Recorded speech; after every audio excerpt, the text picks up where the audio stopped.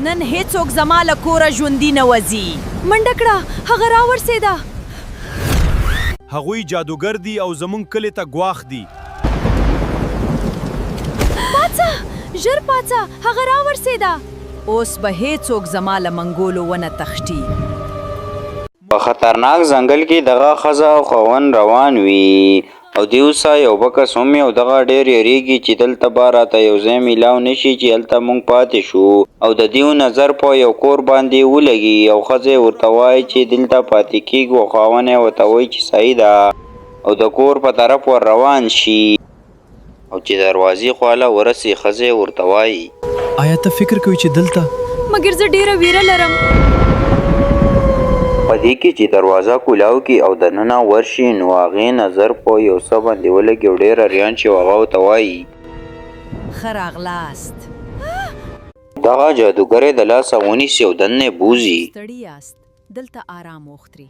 دا ډېر اریان شي او د یو ګوډ نه جادوګر راوځي او دغه جادوګر ورته خوراک کیږي او ښځه ورته وایي ډېر ورته خوشحاله شي. دا مه خوره، یو څه سم نه ښکاري. او دغه چې په دیوالونو باندې نظر وکړي نو په هغې باندې عجیبه نقشې وي او هغه ډېر ویریږي وایي چې اوس تښتو نو هغه ورته ګوري او دغه ته ایسته رامنډې کړي او راوتښتي او دغه پسې ورکلکي ورته وایي له دې کوره هیڅوک ژوندي نه وځي.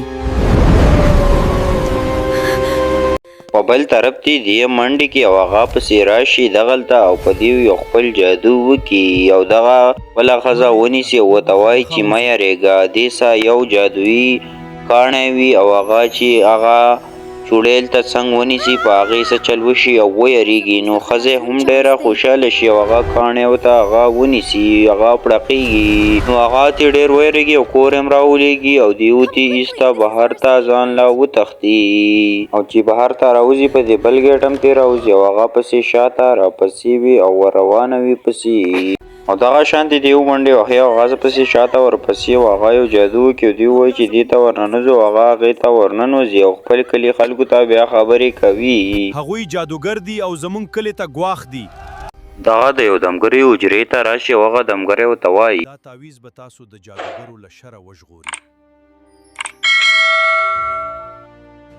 نن به د دې جادوګرو شر ختمو. هغه د کلي خلک ورونه راوالي او دغلته ورسي او دغه ولته تعویض ورکړي او تیږځي کې دغه جادوګران راوځي او دغه ورته وایي دا تعویض به زمونږ ساتنه وکړي. دغه پې خپل دا جادو هم وکړي او دغه وړوکی ورته کاڼی ونیسي نو په دې اخر څه چل وشي او دې پې بیا هم خپل جادو وکړي او چې په دې جادو وکړي نو دغه باندې څه چل وشي او دې ورته ایسته راوتښتي د دغې ځګي نه او دغه چوړیل پسې هم را روانه شي او دې ورته رامنډې وهي او یو پل راشي او هغه ورته هغه کاڼی ونیسي او په دې څه چل وشي او هغه پل پې مات شي او بیا ته هم دې راشي ایسته خپل کلي ته او څنګه چې دیو خپل کلي ته راورسي او دغه د کلي خلکو هم شمې راغستې وي نورو دغه بابا ورته وایي نن به د دې جادوګرو کیسه د تل لپاره پای ته رسوو. هغلته ورسي او دا جادوګره پسې راوځي ورته وایي تاسو ټول به زما له غوسې سره مخ شئ. خلک ویریږي خو دغه خپل جادو وکړي او دغه سړی ورته دا تعویض ونیسي او په دغې څه چل وشي او ایسته ایسته راولېږي او یخته ته هم وځي او دغه ټولې جادوګرانې په نمبر مړی کړي او دغه کور وله هم وران کړي او دغه د کلي خلک ډېر خوشحاله وي او وایي مننه خدایا رڼا راغله. که زمونږ دا کیسه مو خوښه شوې وي نو همدا اوس زمونږ چینل سبسکرایب کړئ، لایک او شیر یې کړئ. د دوهمې برخې لپاره په امان الله.